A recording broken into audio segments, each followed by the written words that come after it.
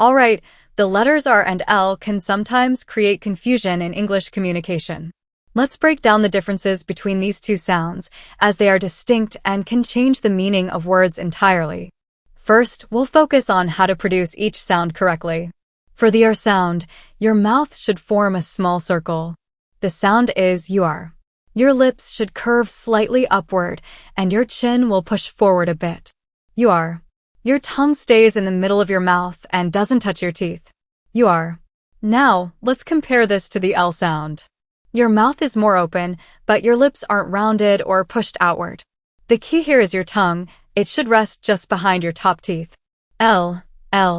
So, to recap. R, you are. Lips rounded, tongue in the middle. L, mouth open, tongue behind top teeth. Let's practice some word pairs where the meaning changes depending on whether you use the R or L sound. Liver, river. Rim, limb. Rhyme, lime. Right, light. Correct, collect. Practice saying these words and ask someone for feedback to ensure you're pronouncing the R and L sounds correctly. Once you can hear the difference, you'll know you're on the right track.